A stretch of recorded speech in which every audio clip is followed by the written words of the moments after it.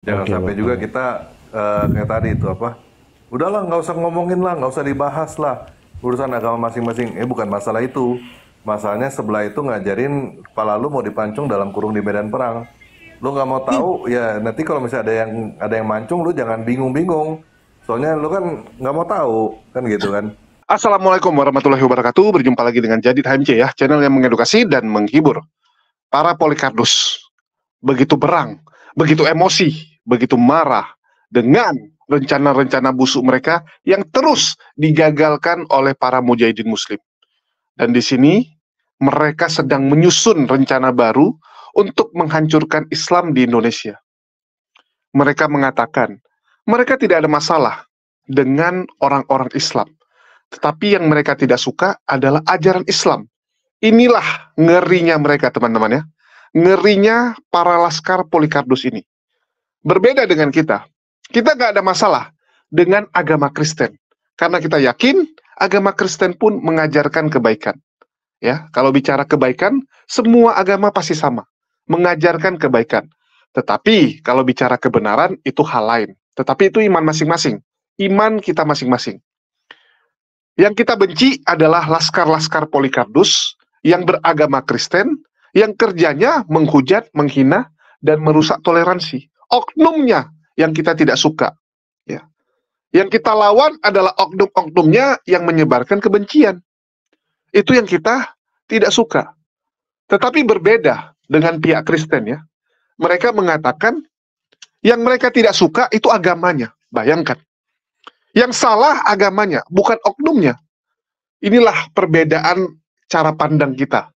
Kalau kita, yang kita tidak suka, personalnya, oknumnya, ya, kelakuan oknum nakalnya, kelakuan oknum Kristen yang tidak benar.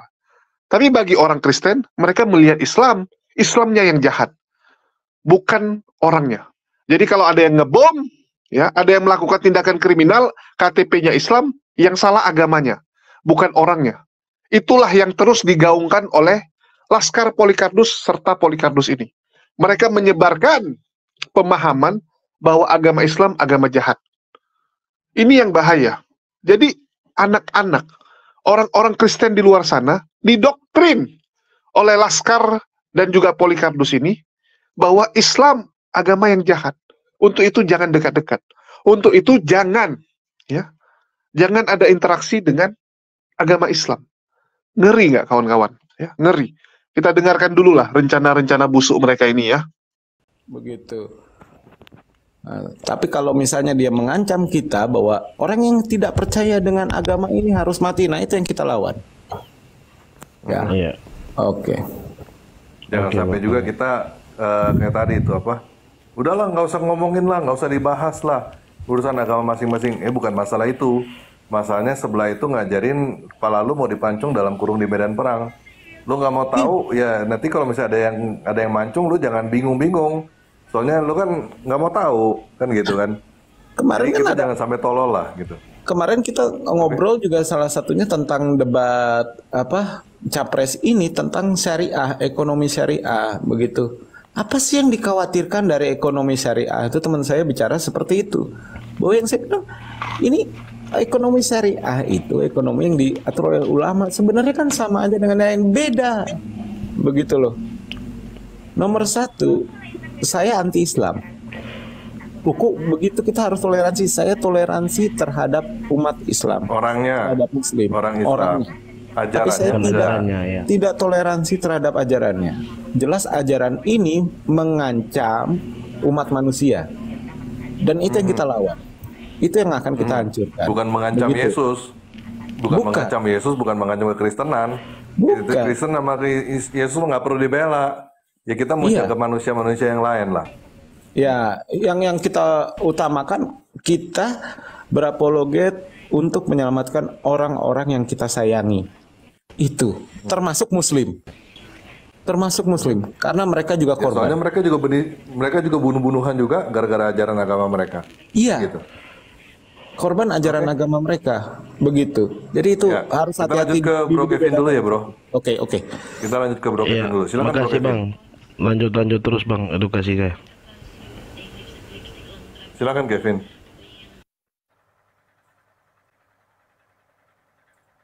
Halo, Kevin? Bisa, Kevin, suaranya? Oke, kita lanjut ke kerbau hijau dulu deh. Silakan bro, kerbau hijau. Kerbau Izin hijau pamit tadi. bang, makasih, bang. Kerbau betina, sorry. Bang izin pamit bang buat terima kasih bang Oke, buat thank you edukasinya. bro. Langsung aja, Terus silakan. terus lanjut bang di channel YouTube-nya Ya, ya. thank you. Shalom. Sukses terus bang. Silakan bro, kerbau Ya betina. salam bang. Naik tuh ke Wankong. Ya. Kerbau betina ada yang mau disampaikan lagi? Saya rasa udah cukup tadi penjelasannya. Siapa tahu nih ke Wankong mau coba. Oke, ya. Kita ke yang lain dulu. Binyo dulu. Binyo 08 belum kasih dapat ini kesempatan. Silakan Binyo. Oke, ya. Terima kasih. Selamat malam. Shalom semua. Malam. Ya. Tadi saya udah banyak mendengar ya bagaimana teman-teman nih semua udah memberikan satu komentar-komentarnya yang begitu menarik. Sebenarnya saya juga habis komentar karena memang sudah dikomentari oleh teman-teman semua. Tetapi yang saya mau katakan adalah begini. Memang di Indonesia ini kita tahu ya bagaimana kita sebagai minoritas memang cukup, kalau dibilang tertekan ya cukup tertekan di dalam hal kita beragama pun. Kita tahu bagaimana juga banyak di peribadatan kita itu diganggu dan bahkan rumah ibadahnya disegel. Tapi ini kita juga harus memberikan satu pencerahan-pencerahan bagaimana kita berapologet atau paling tidak kita yang namanya menyebarkan firman Tuhan. Yang di dalam misi utama Yesus yang mengajarkan itu adalah mengajar, ya kan, dan juga membaptis. Itu visi atau misi Yesus itu juga. Tetapi paling tidak kita juga bisa melihat bagaimana ketika Yesus berjalan ya di dalam dunia ini untuk memberitakan kebenaran itu tidak mudah, dan itu menjadi satu contoh dan kita bisa bercermin pada hal itu karena kebenaran itu tidak mudah untuk kita sebarkan karena akan banyak tantangan. Bagaimana Yesus juga dicobai, bagaimana Yesus juga dikejar-kejar ketika dia di pasar untuk memberitakan, bahkan sampai hampir dibunuh, tetapi belum pada waktunya juga dia tidak juga dibunuh. Dan inilah yang saya juga mau katakan untuk kita sekarang, apalagi apologet ya. Kalaupun memang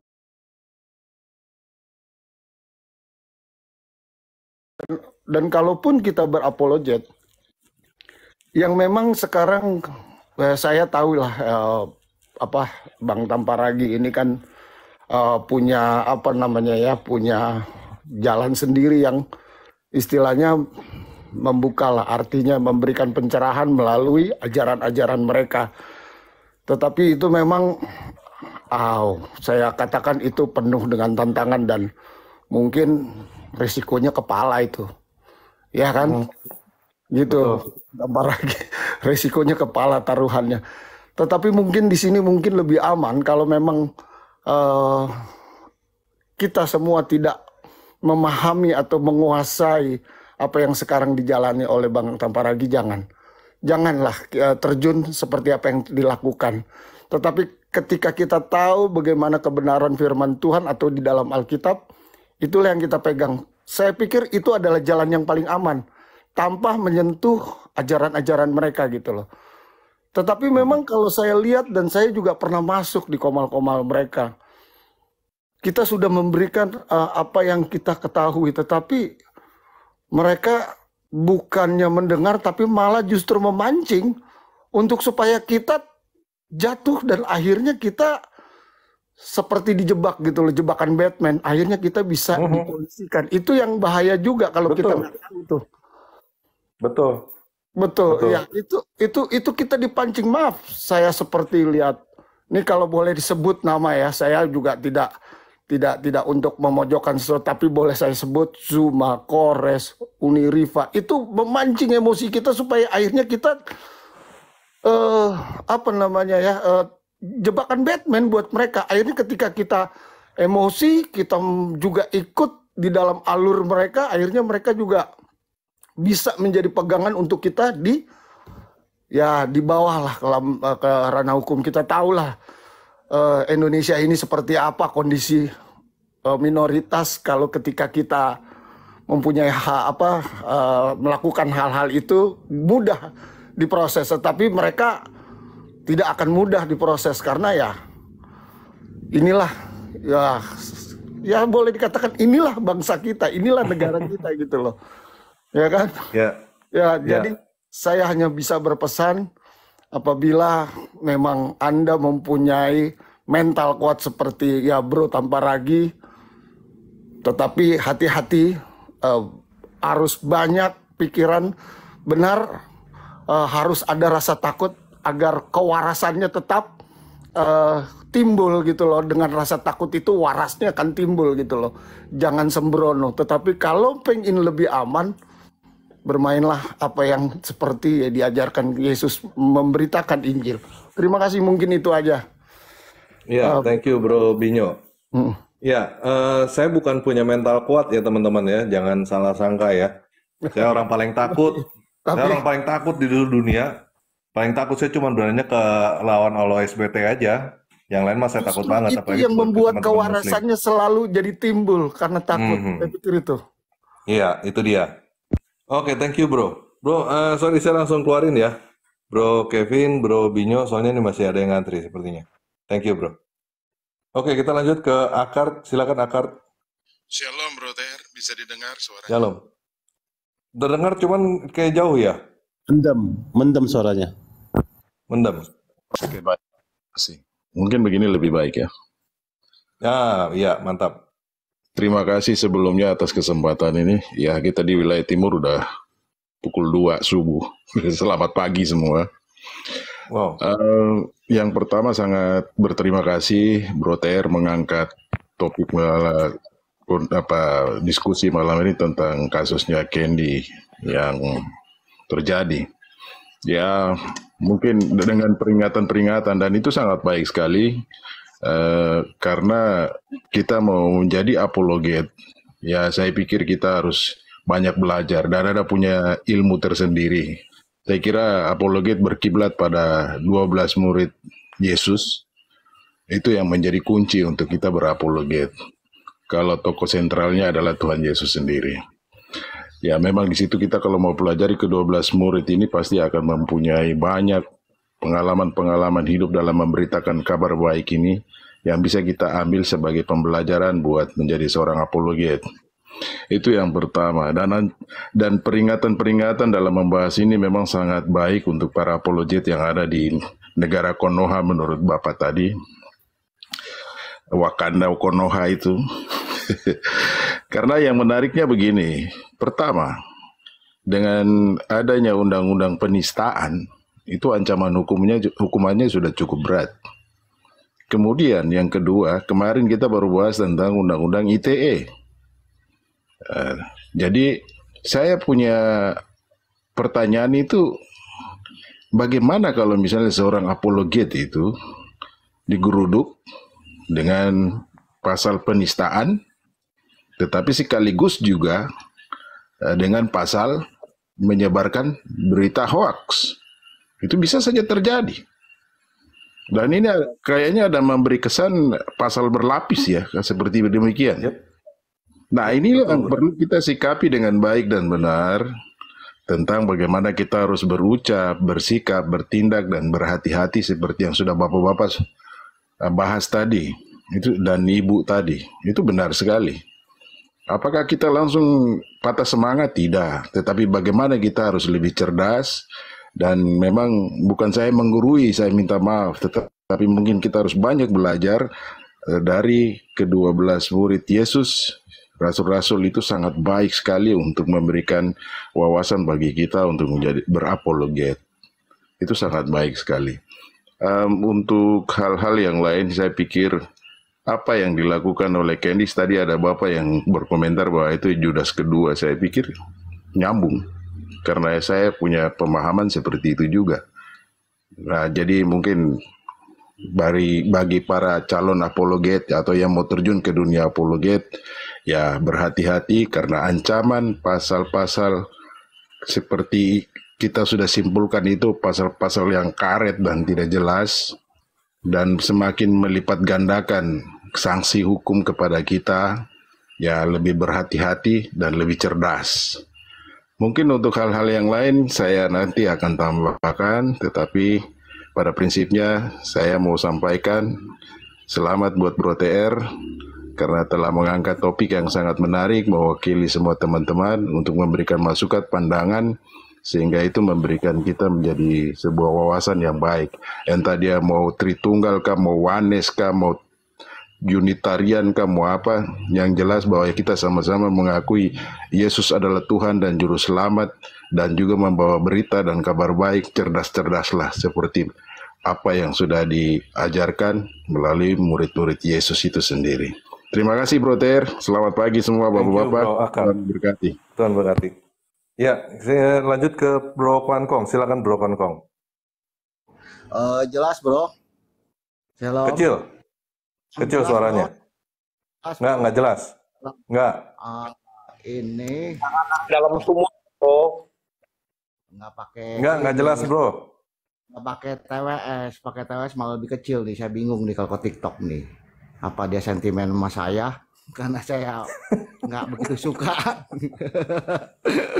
Ya, ini kalau saya bilang ya si Candy ini itu udah kejebak, dia terlalu kebawa emosi ya. Kalau ya udah terima nasib ya kan. Kalau masalah apologet tadi disinggung, saya bilang apologet semua punya style. Terserah mau kayak gimana, mau keras, mau apa, terserah. Kita semua akan melihat, ya kan? Kita sesama Kristen juga sering saling serang, bidat lah, apalah segalalah, macam-macam demon kan. Dan kita juga melihat dari seberang negara Konoha ini, ada yang halus, ada yang kasar, ada yang umat-umatnya ini. Ya kita juga tidak bisa menyalahkan, karena mereka juga tidak tahu sebenarnya, ya kan.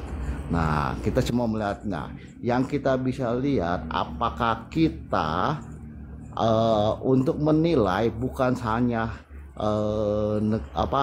yang dari seberang, kita sesama Kristen juga bisa kemungkinan apakah akan terjadi lebih parah daripada yang seberang.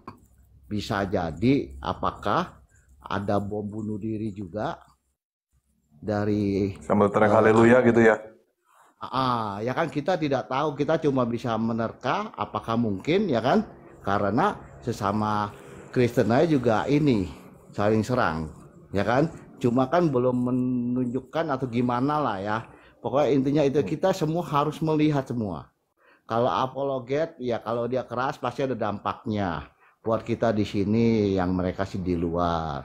Ya semua perlu dievaluasi. Seperti Bro TR, saya kasih tahu, Bro TR itu cacat. Kalau menurut semua yang saya tahu ya, banyak yang ngomong. Ya, dan kan Bro TR menyadari kepalanya kan harganya mahal. Entah berapa M, entah berapa triliun, saya nggak tahu deh ya. Pokoknya katanya mahal kan. Nah, tapi Bro TR ini saya lihat ada evaluasi. Dan saya baru berani masuk belakang-belakangan ini, setelah Bro TR udah berubah.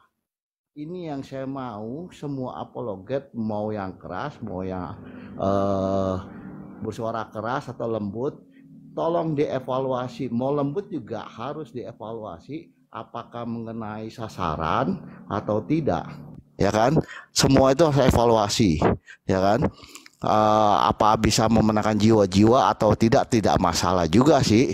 Yang penting kita ini berbicara tentang firman kebenaran sebenar-benarnya, dan apalagi ya, mereka harus berubahlah, evaluasi ya.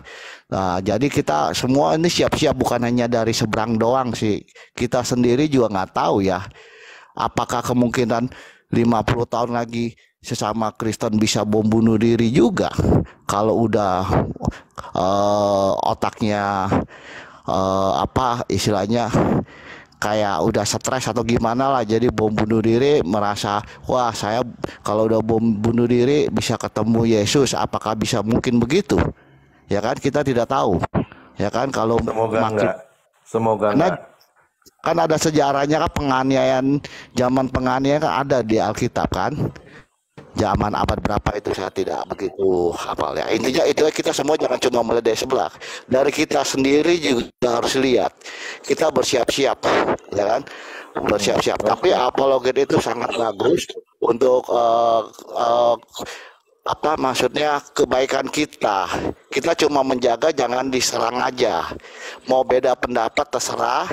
Dari Kristen mau demon apa, dari Buddha, dari Hindu terserah. Yang penting jangan saling serang, nyakitin itu aja yang kita mau dari Oke. negara Konai. Yuk, makasih Bro TR. Ya, Salam makasih Pak semuanya. Kuankong. Tuhan berkati. Terima kasih. Iya, kita ke Evel. Silakan Evel. Salam Bang TR Salve Shalom. semuanya. Shalom. Ya, ini naik gara-gara istri nih Bang. Nanyanya gini sih tadi, iya istri saya Bang, maksudnya kan sering ngikutin ininya Abang tuh di YouTube, ya kan dari pemaparan Abang, dari konten Abang gitu. Istri tadi nanya sih nyampaikan aja, Bang TR, kapan kira-kira istilahnya ada kepikiran kah buka kelas gitu supaya kita ini yang istilahnya untuk mendalami lebih dalam lagi Alkitab itu biar secara terukur dan terarah seperti itu sih Bang. Itu. Buka kelas ya. Saya kayaknya nggak akan lakukan itu, tapi saya ngedorong teman-teman untuk lakukan itu ke orang-orang lain yang lebih punya kompetensi daripada saya lah. Saya juga bukan Buka siapa-siapa. kelas sudah itu. Lihat aja video-videonya. Itu kelasnya tanpa rank itu video-videonya dia. Iya, maksudnya lebih intens Bang. Maksudnya lebih dalam artian kan ada beberapa kan yang yang terlalu mungkin vulgar, yang nggak dikontenin kan seperti itu biasanya kan gitu Bang. Itu makanya tadi istri nanya karena suka dengan konten saya nggak Abang. lakukan itu Bang. Saya kalau misalnya gitu. itu yang saya buka kelas adalah kelas untuk bikin YouTube, kelas bikin video Bang. Gitu. Oh, Kelas bikin berbayar kah video, itu Bang? kelas bikin Yang YouTube. yang Oh, kemarin-kemarin enggak sih? Ada yang bayar. Ada yang bayar. Kemarin itu ada bayar. yang terdekat kapan Cuma Bang? sekarang lagi enggak. Cuma sekarang lagi enggak bro. Saya lagi enggak buka dulu. Cuman ya itu saya nggak mau terlalu ke dalam situ. Terus terang, ya saya masih bilang gini ya. Saya sendiri kalau misalnya disuruh jadi apologet saya nggak mau bro gitu. Terus terang, saya ini terpaksa gitu. Buat teman-teman juga mau jadi apologet. Ya pikir berulang-ulang deh, nggak ada duitnya juga, nggak usah deh kalau bisa gitu. Banyak yang lebih bagus kok jadi pendeta, mungkin lebih bermanfaat kali daripada jadi apologet sebenarnya. Ini menyangkut Ya nyawa. kan bukan hanya nyawa. bukan hanya apologet Bang. Iya sih, cuman ya kalau bisa nggak usah lah sebenarnya. Kalau bisa, kalau ya ini cuma terpaksa aja lah, gitu bro. Ya kalau misalnya maupun makanya dengan penuh hati-hati, dengan penuh sikap ketakutan lah gitu. Soalnya kita ngadepin sesuatu yang ini nggak ada ininya bro. Ya pasang nyawa lah gitu. Mesti hati-hati banget untuk lakukan ini semua. Itu aja nomor satu dulu. Kalau mau mengenai pelajaran-pelajaran mungkin saya lebih saranin ke Romo Daniel ya. Saya lebih saranin. Ke Romo Daniel ya. Channel Romo Daniel tuh banyak banget yang bagus-bagus. Cuma memang kadang-kadang istilahnya gini, sesuatu yang seperti itu mungkin kadang-kadang nggak populer gitu. Terus Romo Daniel yang saya saranin, yang lain siapa lagi ya? Ya mungkin sekarang saya baru kepikiran Romo Daniel dulu ya. Yang saya saranin teman-teman untuk belajar dari dia banyakan lah. Karena dia pun juga dari seberang. Dan ya kalau misalnya buat ilmu mah saya jauh, nggak ada apa-apanya sama dia. Jauh lah. Cuman kalau misalnya masalah teknologi dia belajar sama saya, itu aja. Kalau yang lain saya belajar dari dia. Oke. Terus ini juga mengkritisi juga Bang TR. Kadang kan gini, ngeliat juga nih beberapa komal apologet Kristen di yang lainnya kan ada juga mungkin generasi muda ini istilahnya kan berapi-api tuh dalam artian pada saat terjun mungkin di neo apologet. Kadang yang saya mirisnya itu tidak melihat lawan bicara dalam artian gini, kayak misalkan ya kita nggak tahu lah, contohnya aja ya lah, Bang Taparagi lagi memaparkan idenya, memaparkan pendapatan pandangan soal rohania, istilahnya dalam artian dari Alkitab gitu ya. Kadang misalkan berseberangan dengan pemikiran yang generasi muda ini. Kadang berapi-api tuh, bahkan sampai mungkin dalam tanda kutip adabnya kurang. Padahal ini yang kita hadapin adalah dedengkotnya semua, adalah berarti dedengkotnya para apologet Kristen gitu loh. Kadang adab suka nggak pas lah, nggak etis gitu. Kadang ya kurang sopan gitu, maksudnya. Itu sih yang saya kecewakan juga sih.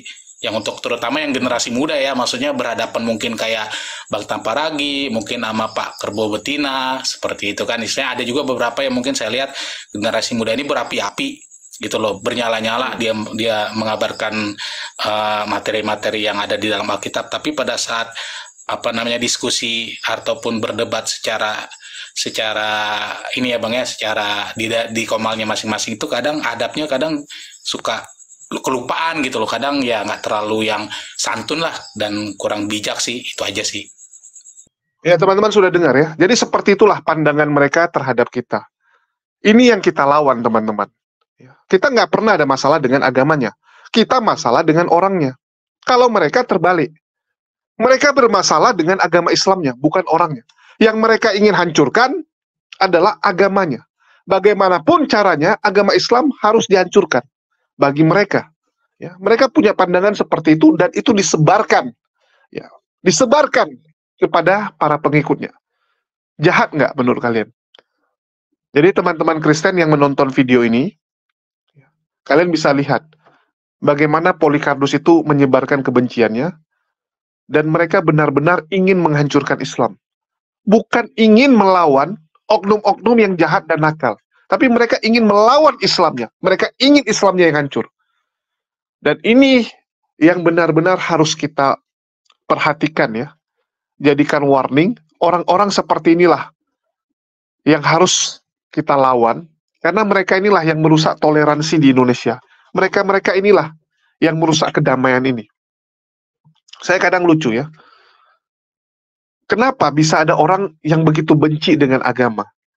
Padahal jelas-jelas seluruh agama di dunia, saya yakin semua agama yang ada sekarang, yang dianut oleh masyarakat, itu semua adalah agama yang mengajarkan kebaikan. Silakan dicek. Semua mengajarkan kebaikan, cuman personalnya, oknumnya, yang kadang-kadang tidak melakukannya, yang kadang-kadang menyimpang, kan begitu. Tapi kalau bagi Polycarpus ini, menurut mereka, Islam itu agama jahat. Islam itu agama yang harus dimusnahkan. Sadis tidak? Ini yang terus saya serukan ya. Jadi perlawanan kita itu bukan hanya di ranah debat. Kalau di ranah debat kita sudah menang telak. Tapi propaganda yang mereka buat ini yang harus kita lawan. Fitnahan yang mereka buat ini yang harus kita lawan. Jadi peperangan kita itu bukan hanya di debat. Ya, bukan hanya di diskusi lintas iman. Tetapi juga bagaimana kita mengcounter, meluruskan pemahaman-pemahaman yang salah ini, yang dibuat oleh Laskar Polycarpus serta Polycarpus, dan juga bagaimana kita mengantisipasi pergerakan mereka di lapangan. Karena ini mereka sudah turun di lapangan nih. Ya. Mereka menargetkan saudara-saudara muslim kita yang kekurangan, agar bisa dipengaruhi, agar bisa dibuat membenci agama Islam. Ya, dengan iming-iming, ya, indomisasi dan sebagainya. Ini yang harus kita antisipasi, ini yang kita lawan. Jadi pertempuran kita itu bukan hanya dalam diskusi dan sebagainya. Dan semoga ini jadi perhatian lah ya. Jujur, ini benar-benar melelahkan, pertempuran yang melelahkan, apalagi atensi.